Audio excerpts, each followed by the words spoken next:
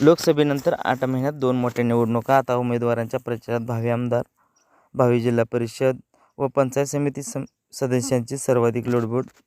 सध्या लोकसभा निवडणुकीची रणधुमाळी सुरू आहे. पण उमेदवारांच्या प्रचारासाठी झटणाऱ्यामध्ये आगामी काळातील विधानसभा व पुढच्या वर्षी होणाऱ्या जिल्हा परिषद, पंचायत समिती, महानगरपालिका, नगर परिषदांसाठी इच्छुक असलेले चेहरे दिसत आहेत. लोकसभेनंतर 8 महिन्यात 2 मोठ्या निवडणुका होण्याची शक्यता आहे.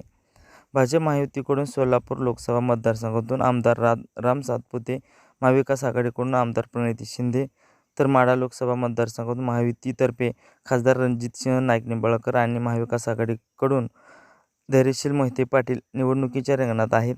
आपला नेता निवडून आल्यास निश्चितपणे त्यांच्या राजकीय वरदहस्ताने आपल्यालाही पुढील राजकारणात कुठेतरी संधी मिळेल अशी अपेक्षा लोकांना आहे. जवळपास 2.25 वर्षापासून जिल्ह्यातील महानगरपालिका, जिल्हा परिषद, पंचायत समिती यासह काही नगरपालिका, नगरपरिषदावर प्रशासक राज आहे. साधारणतः मार्च 2022 पासून त्या ठिकाणी निवडणुका न झाल्याने आता इच्छुकांची संख्या प्रचंड वाढली आहे.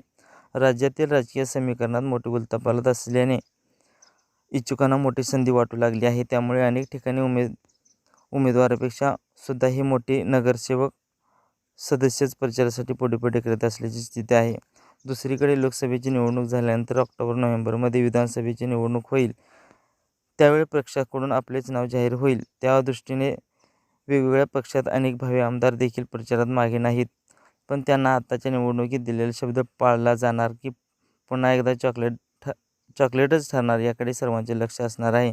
झडपी महानगरपालिका, पंचायत समित्यांची जानेवारी-फेब्रुवारीत होऊ शकते निवडणूक. सध्या सुरू असलेली लोकसभेची निवडणूक 4 जूनला मतमोजणी झाल्यानंतर संपेल. त्यानंतर 3 महिन्यानंतर लगेचच विधानसभेची निवडणूक जाहीर होईल. 2019ची विधानसभा निवडणूक 21 ऑक्टोबरला झाली होती. त्यामुळे यंदा आपल्याला निश्चितपणे आमदारकीची संधी मिळणार. म्हणूनच तर काहीजण उमेदवारांच्या मतदारसंघ आपल्याला मिळेल या आशेने जोरदार प्रचार करत आहेत.